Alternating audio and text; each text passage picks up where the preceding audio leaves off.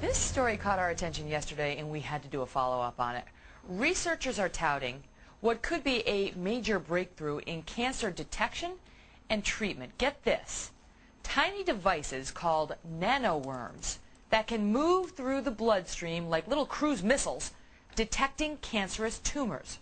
Scientists are hoping that one day they will deliver a lethal blow to cancer.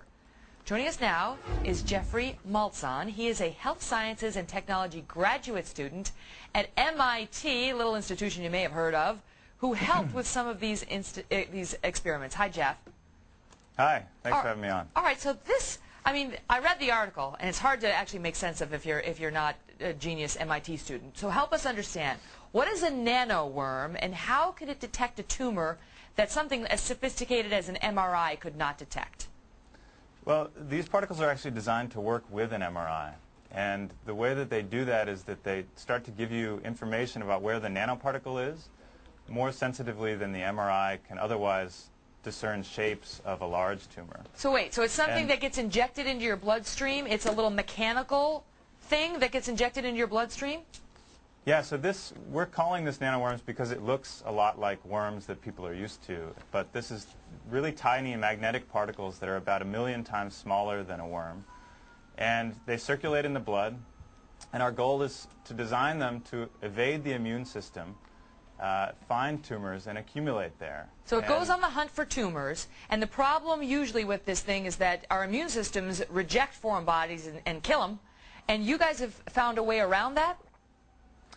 Well, exactly. So our immune systems are tremendous at getting rid of particulates that are in our blood and viruses that are in our blood. And to try to use nanoparticles as a supplement to the way that our immune system treats cancers, we have to first evade the immune system. And so we've designed these particles to temporarily do that. And it's partially done by the coating that we put on them, but also it's sugar. Their shape seems to... What's that? It's a sugar coating.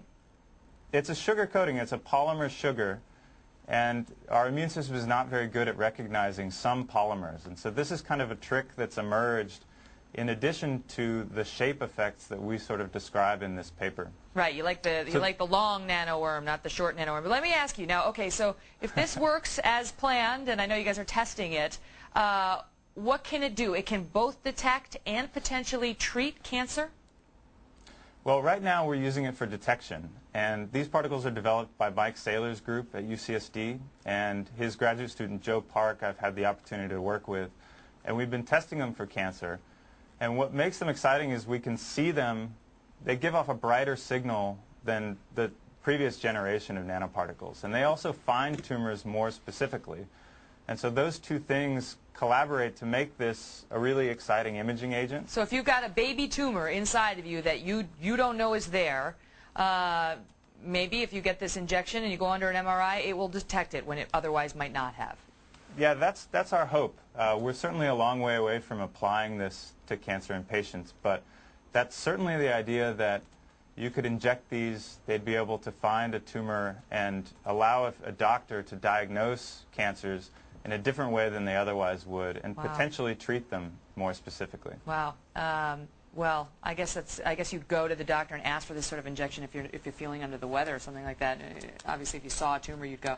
Jeffrey, it sounds like you've got to get to work because this sounds rather promising. So I'll let you go. But thanks so much for being here with the update.